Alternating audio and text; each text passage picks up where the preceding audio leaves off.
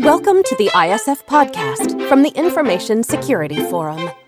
The ISF Podcast is hosted by ISF CEO Steve Durbin, and every episode he brings listeners features timely conversations, practical insights, and resources for global cybersecurity professionals.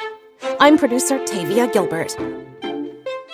This week, Steve speaks with Margaret Heffernan, a professor of practice at the University of Bath School of Management.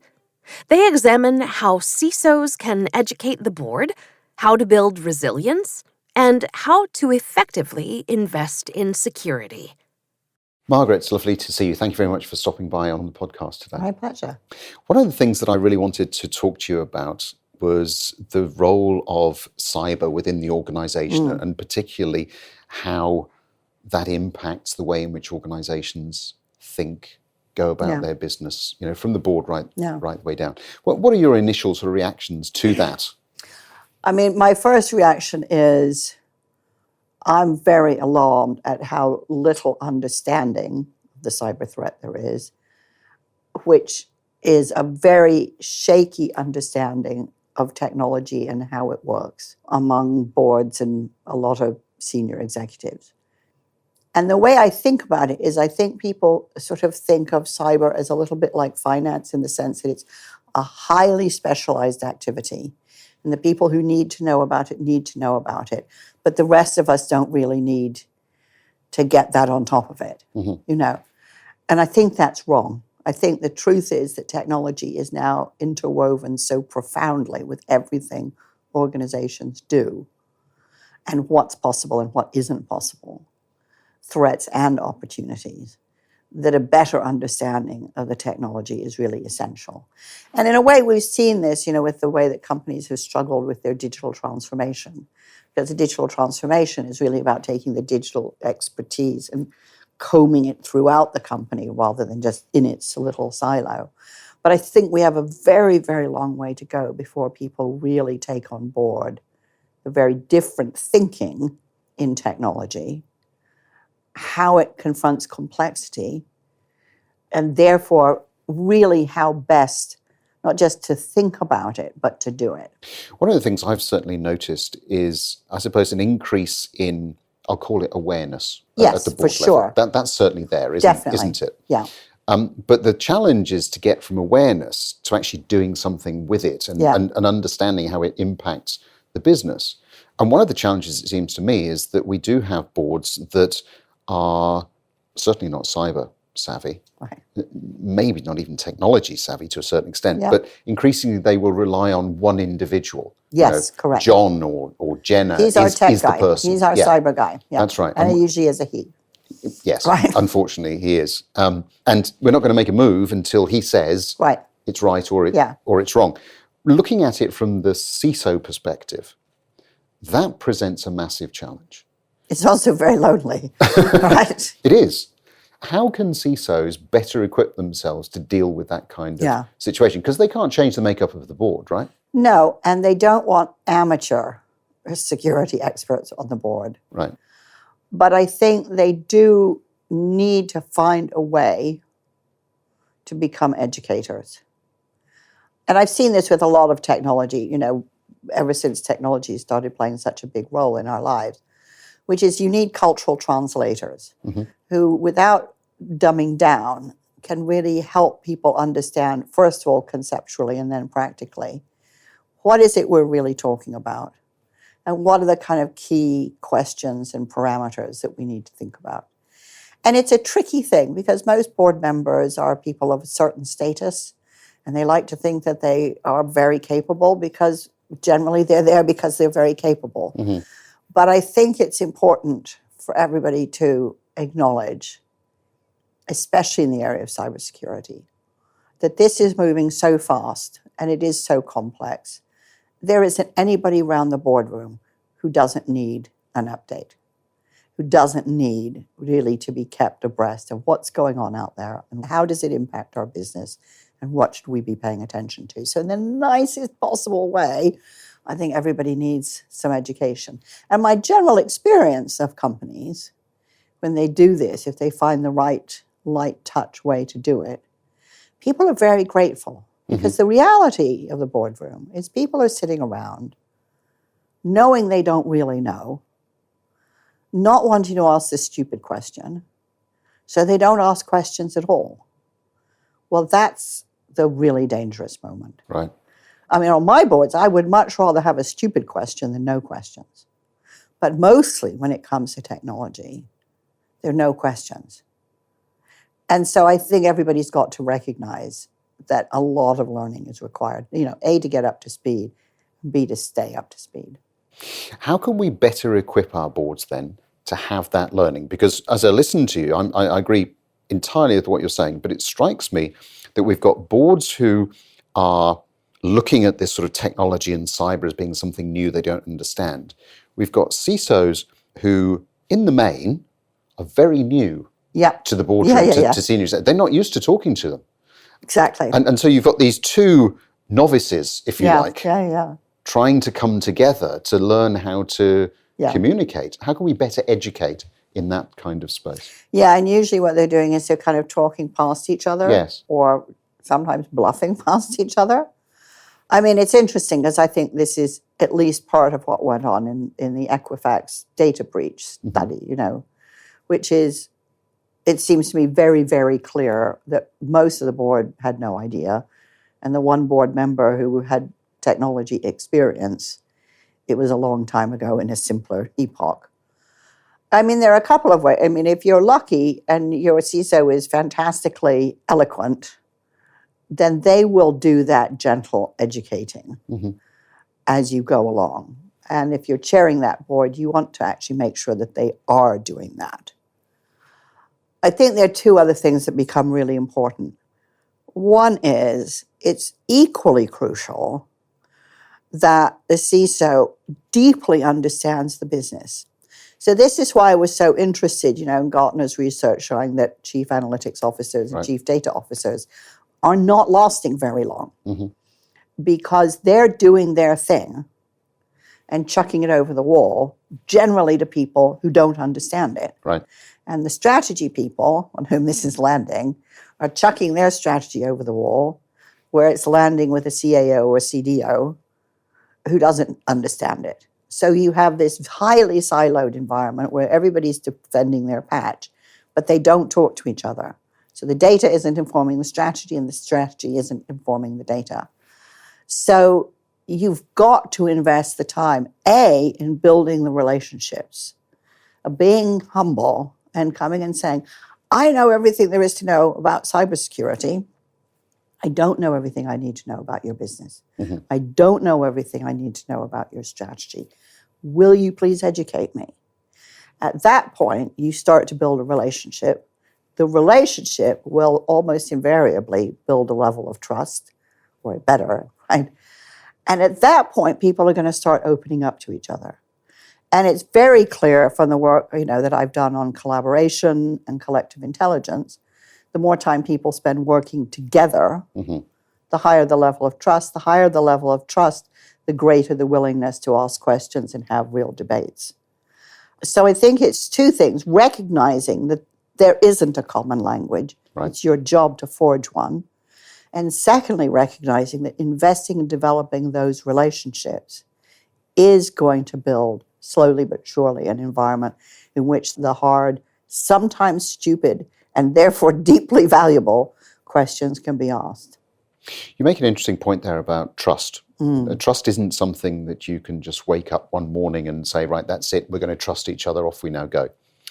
One of the issues that I've seen is that the CISO himself or herself also is probably in the role for 18 months, 24 months.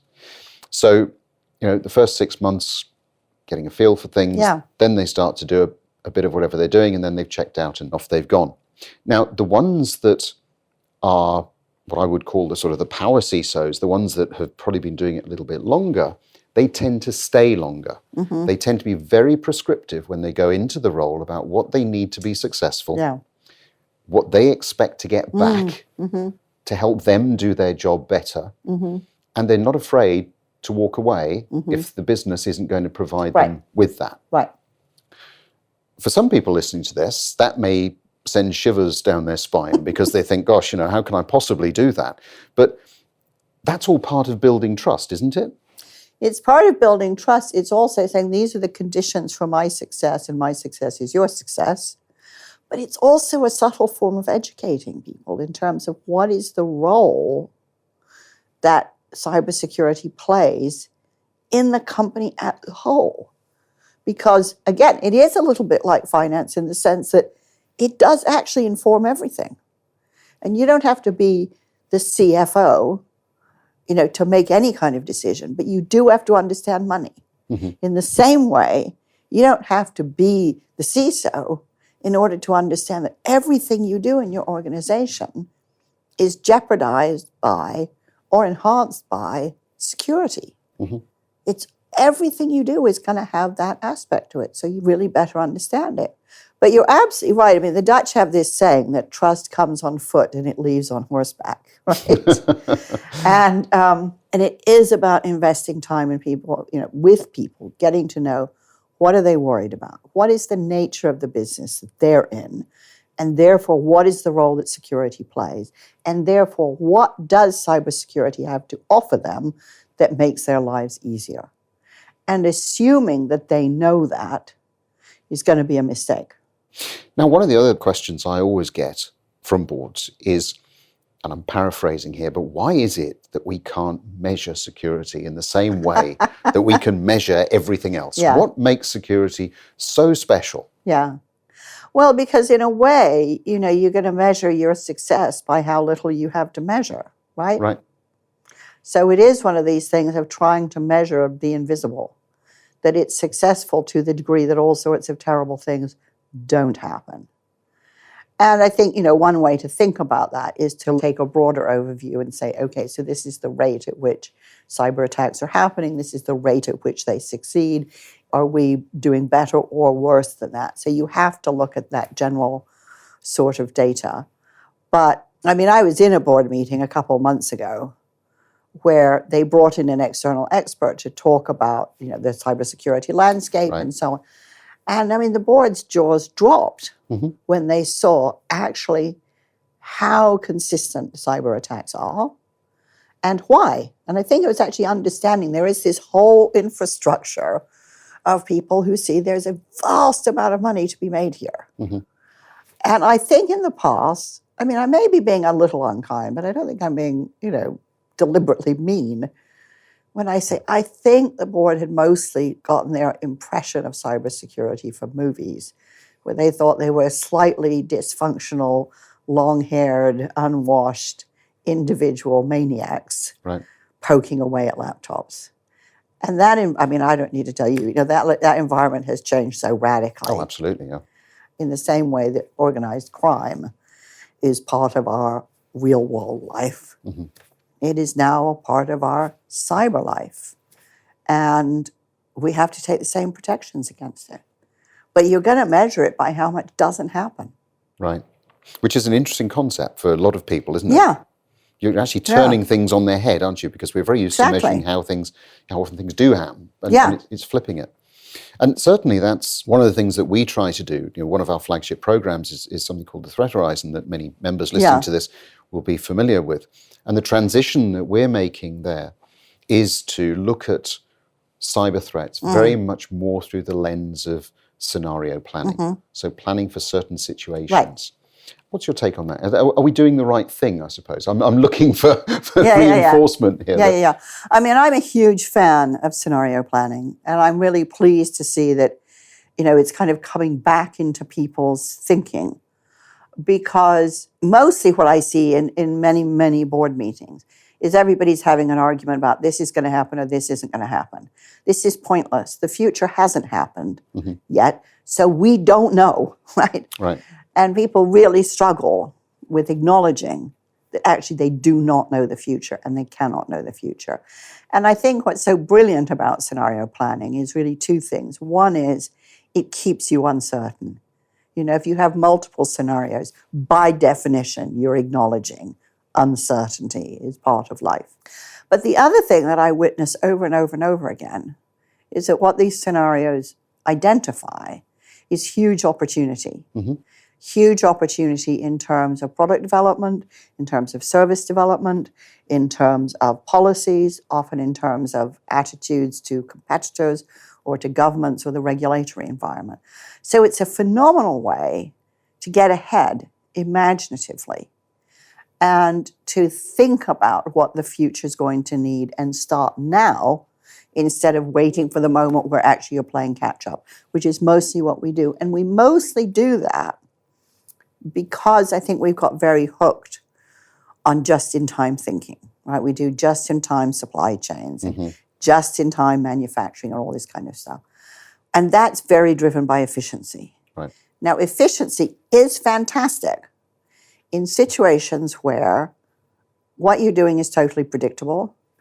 You can see all the forces at work that are impacting what you're doing, and you can control them. So if you think of an assembly line, that's where efficiency is absolutely fantastic. You can see everything that's happening, you can control it. It's the same every day, so you really are going to want to get all the margins out to make it as lean and efficient as you can.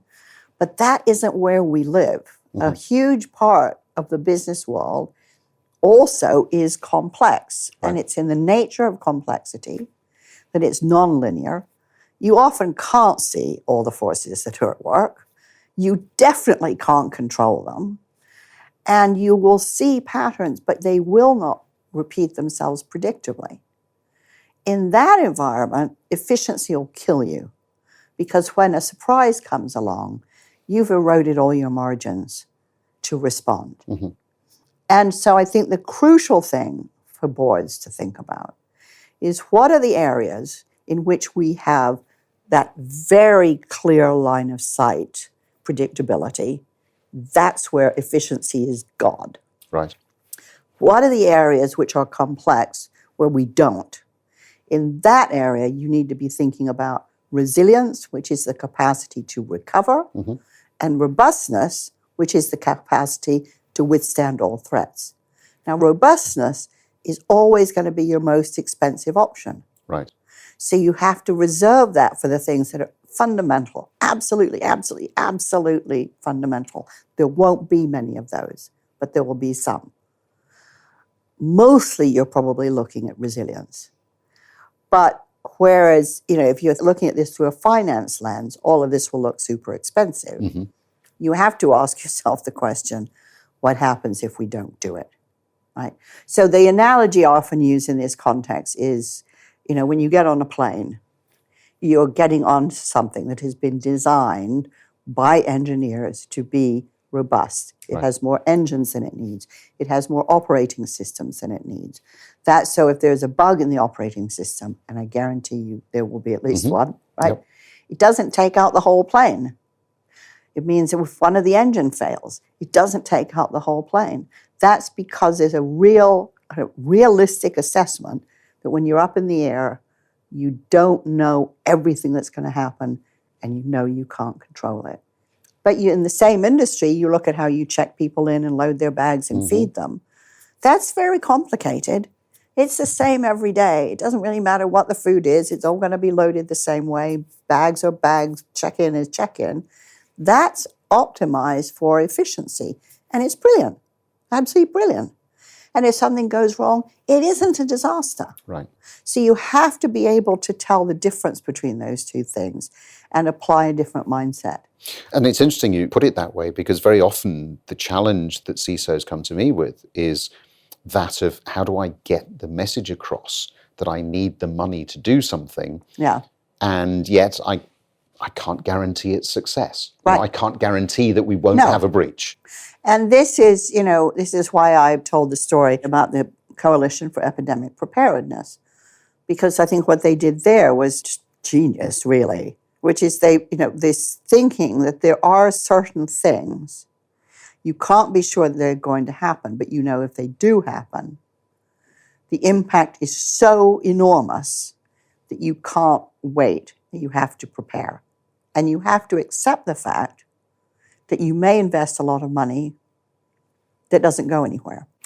So what I think is so interesting about the thinking that this Coalition for Epidemic Preparedness did is they recognize there are certain things it's worth investing in, even though we may never need them, even though we may never use them, because the cost of not doing it is so gigantic compared to the cost of doing it. Right.